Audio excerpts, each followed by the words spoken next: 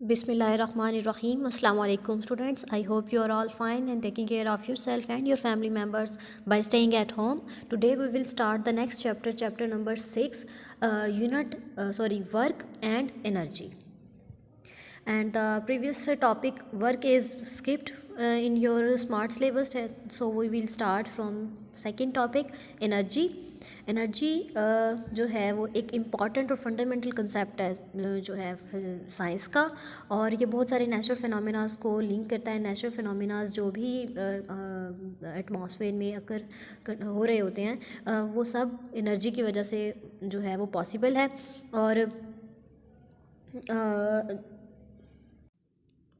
और हम कहते हैं कि बॉडी जो है वो अगर उसमें वर्क करने की एबिलिटी मौजूद है तो उसके अंदर एनर्जी मौजूद है।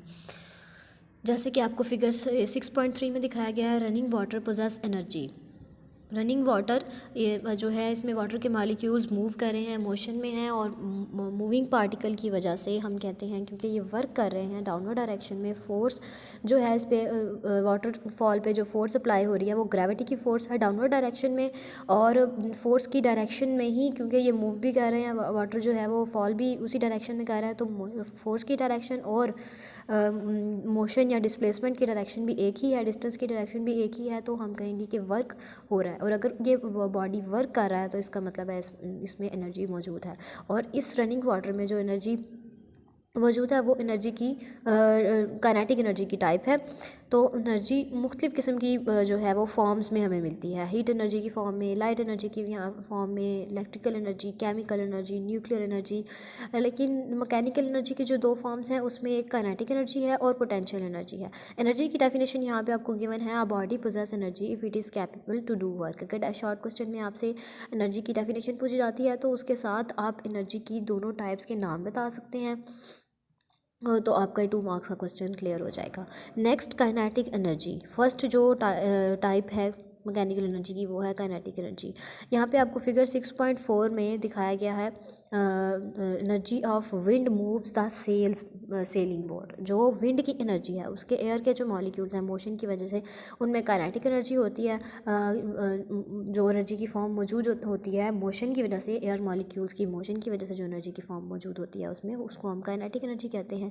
और ये एनर्जी जो है इसको यूज़ करते हुए विंड मिल्स चलाई जाती हैं और बोट्स को सेल किया जाता है, जैसे कि आपको फिगर में दिखाया गया है। और नेक्स्ट 6.24 फिगर में आपको विंड मिल्स की जो है वो फिगर भी दिखाई गई है, वहाँ से आप विंड मिल्स भी देख सकते हैं।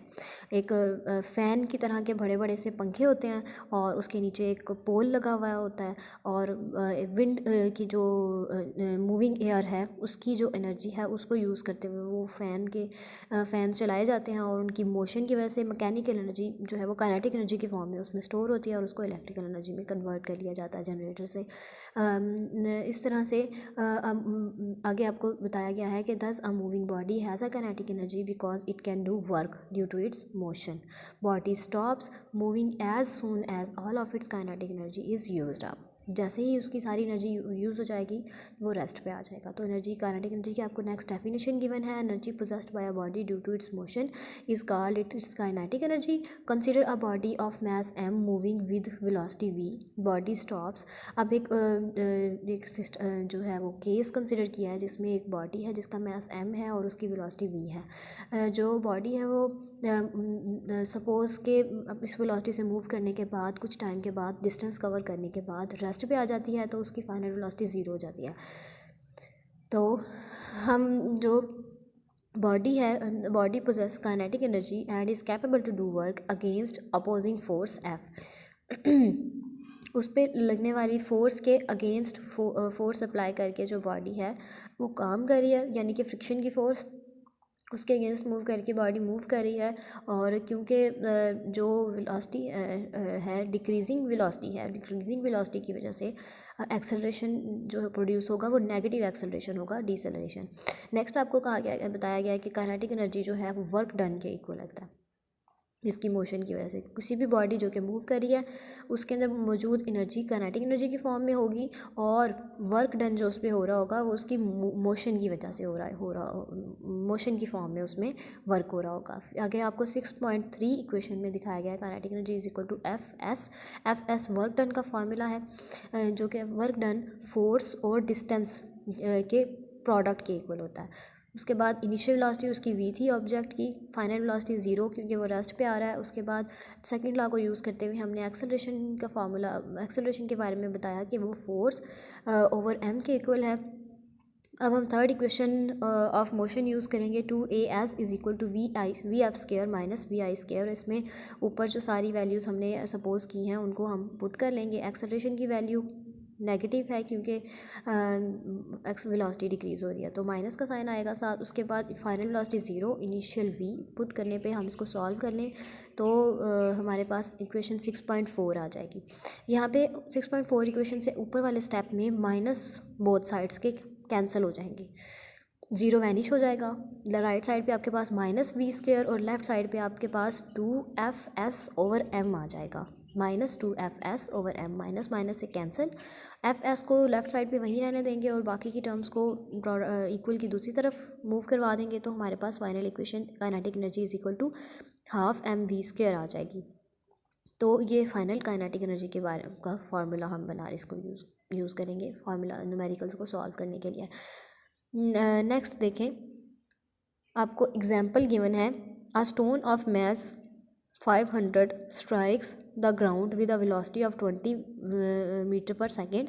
स्टोन का मैस आपको गिवन है और वेलोसिटी गिवन है, और हमने काइनेटिक एनर्जी फाइंड करनी है। आपको मैस अगर गिवन हो, काइनेटिक एनर्जी 6.5 फिगर में देखें, अगर आपके पास मैस और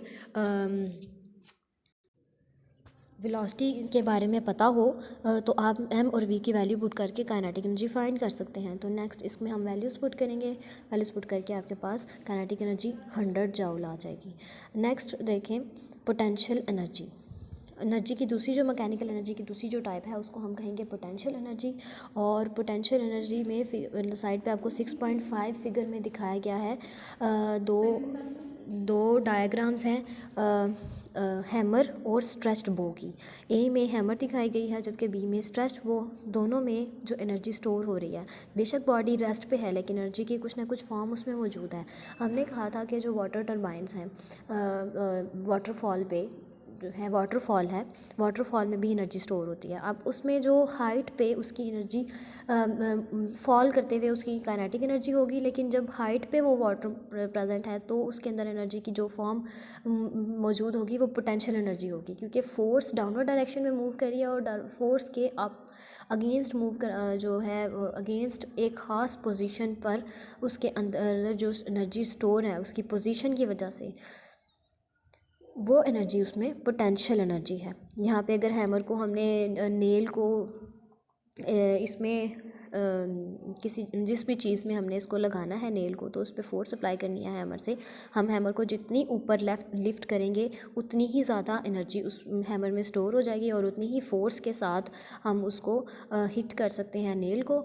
तो यहाँ पर हैमर और स्ट्रेच वो दो एग्जांपल्स हैं। पोटेंशियल एनर्जी के आगे आपको एक डेफिनेशन गिवन है, energy possessed by a body due to its position is known as its potential energy. और नीचे आप एक्सप्लेनेशन पे आ जाएं, let a body of mass m, ये आपको नीचे स्ट्रेच बो और डेफिनेशन के नीचे स्ट्रेच बो और हैमर की डेफिनेशन एग्जांपल्स गिवन है।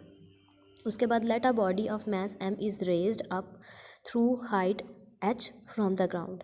एक मास है उसको हमने एक हाइट h पे उसको लिफ्ट किया गया है, ले गए हैं और हाइट h पे उसको प्लेस किया है। अब जो body will acquire potential energy equal to work done in lifting it. अब जो वर्क हमने उसको किया है उस पोजीशन पे ले जाने के लिए वो वर्क उसमें एनर्जी की फॉर्म में स्टोर हो जाएगा उस हाइट h पे। तो हम कह सकते हैं पोटेंशियल एनर्जी जो है वो force multiply by height h, जो डिस्प्लेसमेंट हम सिंपल वर्क का फार्मूला है force cross S, force multiply by distance. अब यहाँ पे जो डिस्टेंस हम उस जो कवर कर रहा है ये मैस m, वो अपवर्ड डायरेक्शन में है फोर्स के अगेंस्ट, और जो डिस्टेंस कवर हो रहा है वो हाइट के इक्वल है। तो हम यहाँ पे s की जगह हाइट h लिख लेंगे, और क्योंकि जो फोर्स अप्लाई हो रही है वो वेट की फोर्स के अपोजिट डायरेक्शन में है, यानी कि उसके इक्वल फोर्स लगा रहे हैं, तो फोर्स जो है वो उसकी जगह हम वेट लिख सकते हैं w, डाउनवर्ड डायरेक्शन में फोर्स और डाउनवर्ड डायरेक्शन में उसका वेट। तो हम फोर्स की जगह वेट लिख लेंगे, w हमें पता है वेट mg के इक्वल होता है, और वेट की जगह अब mg पुट कर लेंगे तो हमारे पास फाइनल इक्वेशन बन जाएगी potential energy is equal to mgh। तो the potential energy possessed by a body with respect to the ground is mgh and is equal to the work done in lifting the height h। Next आपको example given है, a force of 200 newton acts on a body of mass 20 kilogram. Force given है और हमें mass given है body का। The force accelerates the body from rest until it attain the velocity of 50 metre per second. तो जो force जो है body को एक्सेलरेट कर रही है, उसकी इनिशियल वेलोसिटी 0 थी, यानी कि और उसको एक्सेलरेट करने के बाद जो उसमें वेलोसिटी उसमें आ गई है वो 50 मीटर पर सेकेंड है। Through what distance the force act, distance ने कितने डिस्टेंस फोर्स ने कितने डिस्टेंस तक उस पर एक्ट किया है कि उसमें इतनी जो एनर्जी है जो है इतनी वेलोसिटी उसमें अटेन कर ली है। और हम देखेंगे एस हमने फाइंड करना है, एफ गिवन है हमें डाटा में, मास गिवन है, वेलोसिटी गिवन है, डिस्टेंस हमने फाइंड करना है।